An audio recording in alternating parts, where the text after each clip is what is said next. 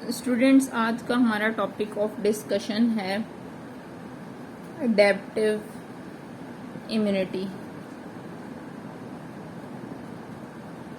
Adaptive immunity यानी specific immunity भी इसको कहते हैं। इससे प्रीवियस लेक्चर्स में हमने डिस्कस किया innate immunity, non specific immunity, ठीक है। उसमें क्या होता है, इन्फ्लेमेटरी रिस्पॉन्स कैसे होता है, फैगोसाइटोसिस कैसे होती है, फर्स्ट लाइन ऑफ डिफेंस क्या होता है। अब है हमारे पास अडेप्टिव इम्यूनिटी जो कि स्पेसिफिक होती है। अडेप्टिव इम्यूनिटी जो है ये दो तरह से होती है। या तो हम लोगों का एक्सपोजर होता है डायरेक्ट ऑर्गेनिज्म से, ठीक है, एक्सपोजर टू ऑर्गेनिज्म,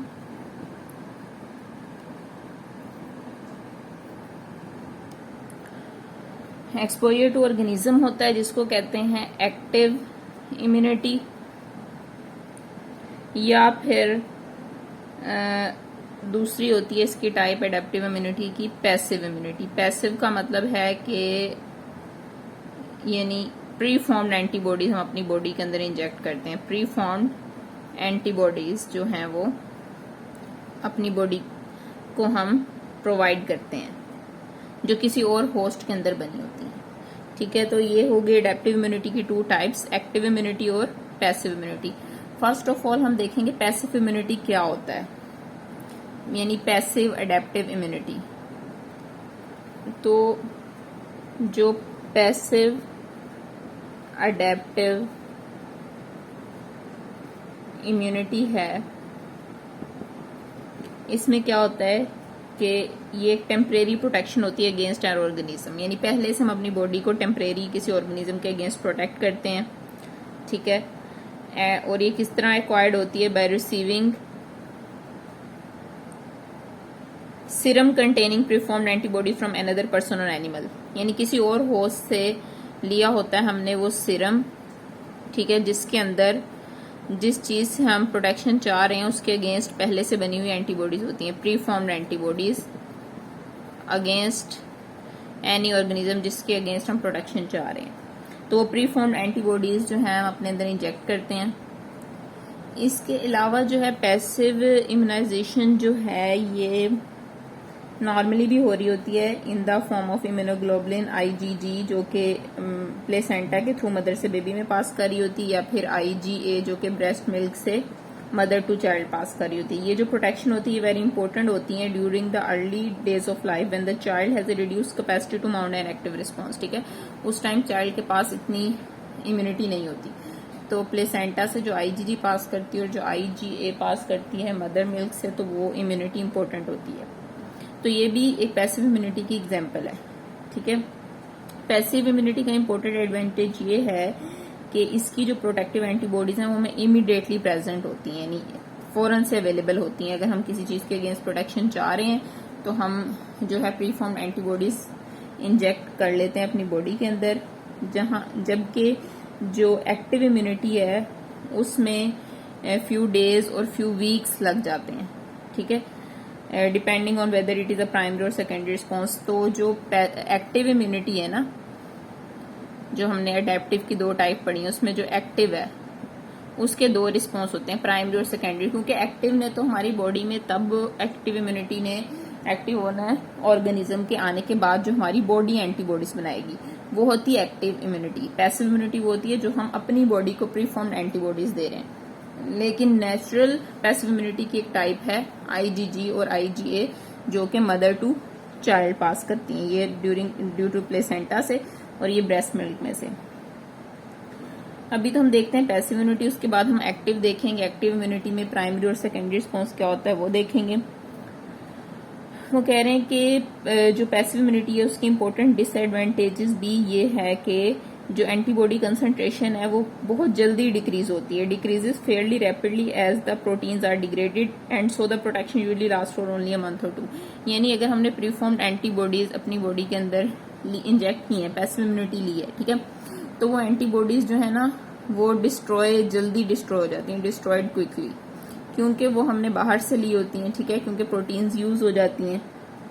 तो इसलिए प्रोटेक्शन जो है पैसिव इम्यूनिटी की वो कब तक रहती है, लास्ट फॉर मंथ और to. Administration of preformed antibodies can be life-saving in certain diseases that are caused by powerful exotoxins such as botulism and tetanus. कुछ diseases हैं जो कि powerful exotoxin से होती हैं, like tetanus, ठीक है, के बैक्टीरिया के एक्सोटॉक्सिन से जो टेटनस कॉज करता है, या जो बोचुलिज्म कॉज करता है इसके बैक्टीरिया के एक्सोटॉक्सिन से।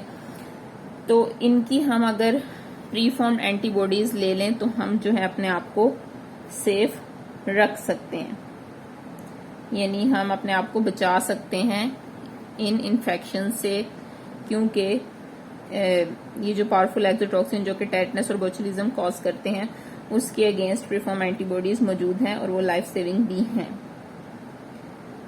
जो सीरम ग्लोबुलिन्स हैं, ठीक है, एंटीबॉडीज सीरम ग्लोबुलिन्स, वो इंट्रावेनसली जब दी जाती हैं, ठीक है, आईवी के थ्रू, तो वो प्रोफाइलैक्टिक मेजर होती है पेशेंट विद हाइपोगैमाग्लोबुलिनीमिया और बोन मैरो ट्रांसप्लांट। ऐसा पेशेंट जो कि बोन मैरो ट्रांसप्लांट पे होता है या जिसके अंदर गैमा ग्लोबुलिन्स बहुत कम होती हैं, यानी हाइपोगैमाग्लोबुलिनीमिया उसको कहते हैं, ठीक है, ग्लोबुलिन जिनके अंदर कम होती हैं, उनको अगर हम जो है सीरम ग्लोबुलिन दे रहे हैं आईवी लाइन के थ्रू, तो वो एक प्रोटेक्टिव मेजर होता है, ठीक है, प्रोफाइलैक्टिक मेजर होता है, यानी एक पेशेंट को पहले प्रिपेयर करना जिसके अंदर एंटीबॉडीज कम है या वो उसका बोन मैरो ट्रांसप्लांट हो रहा है। तो in addition they can mitigate the symptom of certain disease such as hepatitis caused by hepatitis A virus. उसके अलावा सीरम ग्लोबुलिन जो है हेपेटाइटिस के इम्कानात को भी कम करती है, लाइक जैसे हेपेटाइटिस ए वायरस। लेकिन इनका जो है लिटिल इफेक्ट होता है bacterial disease with an invasive form of pathogenesis. ऐसी बैक्टीरियल डिजीज जिसकी पैथोजेनेसिस बहुत इन्वेसिव किस्म की हो, वो बहुत ज्यादा फैले, ठीक है, इन्वेजन हो उसकी, उस चीज के अंदर जो है प्रीफॉर्म्ड एंटीबॉडीज जो है लीस्ट इफेक्टिव होती हैं।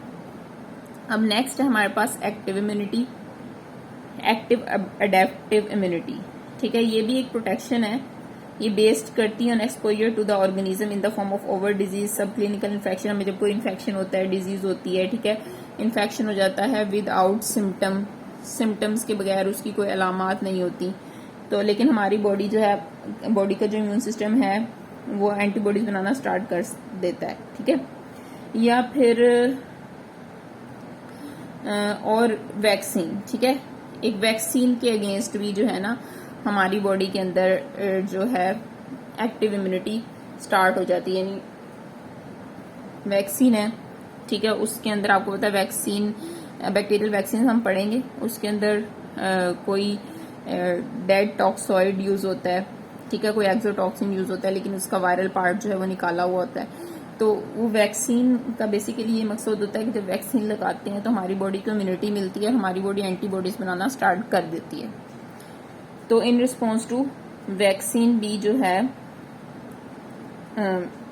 एक्टिव अडेप्टिव इम्यूनिटी हमारी बॉडी के अंदर स्टार्ट हो जाती है। अब ये है कि ये जो एक्टिव इम्यूनिटी है ना, इसका ऑनसेट क्या होता है, स्लो होता है, लेकिन इसकी ड्यूरेशन क्या होती है, लॉन्गर होती है।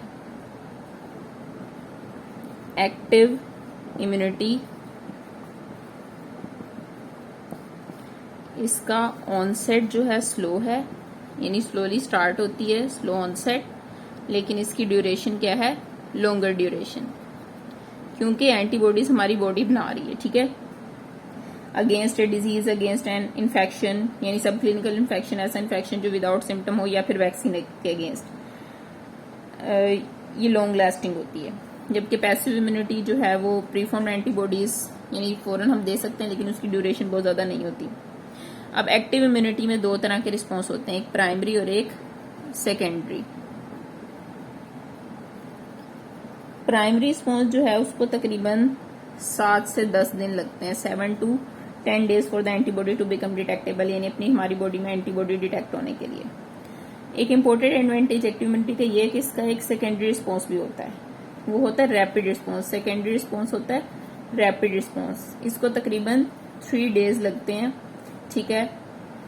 जो एंटीजन हमारी बॉडी में आया उसके against large amount of antibody produce हो जाती है, लेकिन ये है कि वो जो एंटीजन है वो प्रीवियसली हमारी बॉडी में इनकाउंटर्ड हुआ हो, ठीक है। यानी प्राइमरी रिस्पॉन्स में जो एंटीबॉडी प्रोड्यूस हो रही है वो होती है IgM। सेकेंडरी रिस्पॉन्स में जो प्रोड्यूस हो रही होती है वो मोस्टली IgG होती है। वो इसलिए कि जैसे कि एग्जांपल आप ले लें, कोई भी वायरस हमारी बॉडी में आया, लाइक जैसे या कोई इन्फेक्शन हो रहा है, समझ लें टाइफाइड के बैक्टीरिया से इन्फेक्शन हुआ है टाइफाइड, अगर फर्स्ट टाइम हुआ है ना तो 7 to 10 डेज के अंदर प्राइमरी रिस्पॉन्स होगा, हमारी बॉडीज जो है प्रोटेक्टिव एंटीबॉडीज बनाएगी IgM, और उसी दौरान IgG भी बन जाएगी, ठीक है। लेकिन अगर सेकेंड टाइम जो है वो बैक्टीरिया आ रहा है और आप उससे रिकवर हो गए, IgM खत्म होगी लेकिन IgG रहेगी, ठीक है। जब दोबारा कभी बैक्टीरिया से आपको डिजीज होने के चांसेस होंगे या बैक्टीरिया आएगा आपकी बॉडी में, तो IgG 3 डेज के अंदर राइज हो जाएगी। यानी सेकेंडरी रिस्पॉन्स जो है वो कह रहे हैं कि रैपिड रिस्पॉन्स होता है of large amount of antibody to antigen that the immune system had previously encountered, और लार्ज अमाउंट में एंटीबॉडीज बनती है उस एंटीजन के अगेंस्ट जो कि प्रीवियसली हमारी बॉडी में इनकाउंटर्ड हुआ हो। एक्टिव इम्यूनिटी जो है उसको मीडिएट कौन कर रहा होता है? एक्टिव इम्यूनिटी मीडिएट हो रही होती है एंटीबॉडीज से, ठीक है, और टी सेल से। यानी इसका सेल मीडिएटेड रिस्पॉन्स भी है और एंटीबॉडी मीडिएटेड रिस्पॉन्स भी है। तो पहले हम इसका देखेंगे एंटीबॉडी मीडिएटेड रिस्पॉन्स, कि एंटीबॉडीज जो है वो कैसे हेल्प कर रही होती हैं एक्टिव इम्यूनिटी में, ठीक है। Antibodies protect against organism by a variety of mechanism. Antibodies क्या करती हैं? टॉक्सिन्स को न्यूट्रलाइज करती हैं, न्यूट्रलाइजेशन करती हैं टॉक्सिन्स की, लाइसिस करती हैं बैक्टीरिया की, lysis of bacteria in the presence of complement system. Bacteria को ऑप्सोनाइज करती हैं, opsonization of bacteria to facilitate phagocytosis, ताकि फैगोसाइटोसिस में आसानी हो, इस तरह हेल्प करती हैं। And interference with adherence of bacteria and virus to cell surface, और बैक्टीरिया और वायरस को एडहेयर होने नहीं देती, interference to adherence of bacteria and virus to cell surface. अगर IgG का लेवल, यानी एंटीबॉडीज का लेवल में IgG की बात करें, अगर वो 400 मिलीग्राम पर DL से भी ड्रॉप हो जाए तो पायोजेनिक इन्फेक्शन के चांसेस ज्यादा हो जाते हैं, ठीक है। जो कि पायोजेनिक इन्फेक्शन आपको पता है ज्यादातर कौन सा बैक्टीरिया कॉज कर होता है? स्टेफाइलोकोकाई। नॉर्मल जो अमाउंट IgG की वो 1000 to 1500 मिलीग्राम पर DL होती है, अगर 400 मिलीग्राम पर DL से ड्रॉप हो जाए तो, बिकॉज वो कह रहे हैं एंटीबॉडीज हो गई उसमें, स्पेशली IgG की अगर हम बात करें तो IgG जो है वो डिटेक्टेबल होती है for days two weeks after infection, ठीक है। मैंने आपको बताया था कि प्राइमरी रिस्पॉन्स में IgM पहले डिटेक्टेबल होती है, तो IgG जो है वो डिटेक्टेबल होती है डेज टू वीक में, उसको टाइम लगता है थोड़ा सा, डेज टू वीक्स, लेकिन वो फिर रहती है as a secondary protection.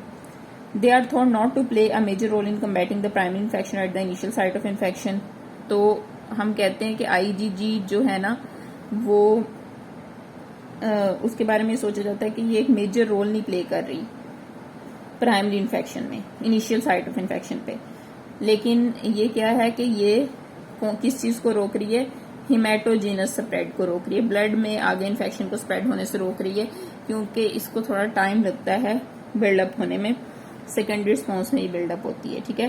Protect against hematogenous dissemination of the organism to distant side in the body and against a second infection by that organism at some future time. और मैंने आपको बताया कि IgG फ्यूचर में भी अगर second time वही infection हमें होने लगे उससे भी प्रोटेक्ट करती है, क्योंकि जब फर्स्ट टाइम हमें इन्फेक्शन होता है उस टाइम जो IgG है वो हमारी बॉडी में रहती है, IgM तो खत्म हो जाती है लेकिन IgG रहती है। तो सेकंड टाइम फ्यूचर टाइम में सेकंड इन्फेक्शन से भी प्रोटेक्ट करती है और हिमेटोजीनस स्प्रेड से भी रोकती है। प्राइमरी इन्फेक्शन में इसका बहुत ज्यादा रोल नहीं है प्राइमरी प्रोटेक्शन में। ये तो हो गया एक्टिव इम्यूनिटी का। प्राइमरी सेकेंडरी रिस्पॉन्स हमने पढ़ लिया, क्या चीज हेल्प कर रही है, एंटीबॉडीज और सेल्स हेल्प कर रहे हैं। तो एंटीबॉडीज हमने पढ़ ली, हम सेल्स देखेंगे कि कौन से सेल्स जो हैं वो अडेप्टिव इम्यूनिटी में हेल्प कर रहे हैं, ठीक है। तो वो कौन से हैं एक्टिव अडेप्टिव इम्यूनिटी में जो हेल्प कर रहे हैं? वो हैं टी सेल्स। एक तो एंटीबॉडीज थी, दूसरी थी T cells. T cells mediate करते हैं वैरायटी ऑफ रिएक्शन, जिसमें टी सेल्स करते हैं साइटोटॉक्सिक डिस्ट्रक्शन करते हैं वायरस इन्फेक्टेड सेल के, जो सेल वायरस से इन्फेक्टेड होता है उसकी सेल को डिस्ट्रॉय कर देते हैं वायरस इन्फेक्टेड सेल की, एंड बैक्टीरिया की डिस्ट्रक्शन करते हैं। उसके अलावा ये हमने पहले भी पढ़ा, मैक्रोफेजेस को एक्टिवेट करवाते हैं, मैक्रोफेज एक्टिवेशन, ठीक है। और कौन से रिएक्शन करवाते हैं ये, डिलेड हाइपर सेंसिटिविटी। हम हाइपर सेंसिटिविटी के चैप्टर में पढ़ेंगे कि ये क्या होता है। टी सेल्स में अगर हम बात करें स्पेशली टी हेल्पर 1 सेल्स की, तो टी हेल्पर 1 सेल्स और मैक्रोफेजेस जो हैं ये मेन होस्ट डिफेंस होते हैं अगेंस्ट माइकोबैक्टीरिया, जैसा कि ट्यूबरक्लोसिस का बैक्टीरिया होता है जो सिस्टेमिक फंजाई होता है, जैसे कि हिस्टोप्लाज्मा एंड कोकीडायोइडस। तो इनके अगेंस्ट जो है ये होस्ट डिफेंस करते हैं। माइकोबैक्टीरियम के against T cells, T helper 1 cells और मैक्रोफेजेस जो हैं माइकोबैक्टीरियम के अगेंस्ट और सिस्टेमिक फंजाई के अगेंस्ट, ये आपने याद रखना है। उसके अलावा एक इम्पोर्टेंट रोल क्या है टी सेल्स का, आपको पता है कि बी सेल्स एंटीबॉडीज बना रहे हैं, ठीक है। तो टी सेल्स जो हैं वो उस चीज में भी हेल्प कर रहे हैं, ये बी सेल्स की हेल्प कर रहे हैं, ठीक है। Help B cells to produce antibody against many but not at all antigen. बहुत से एंटीजन के अगेंस्ट एंटीबॉडी बनाने में हेल्प करते हैं बी सेल्स की, सारे एंटीजन के अगेंस्ट नहीं, बहुत से, ठीक है। Hope so you understand. अगर कोई क्वेश्चन हो तो आप लोग कमेंट सेक्शन पूछ सकते हैं। वीडियो पसंद आई हो तो चैनल को सब्सक्राइब कीजिएगा, वीडियो को लाइक कीजिएगा, शेयर कीजिएगा। Thank you.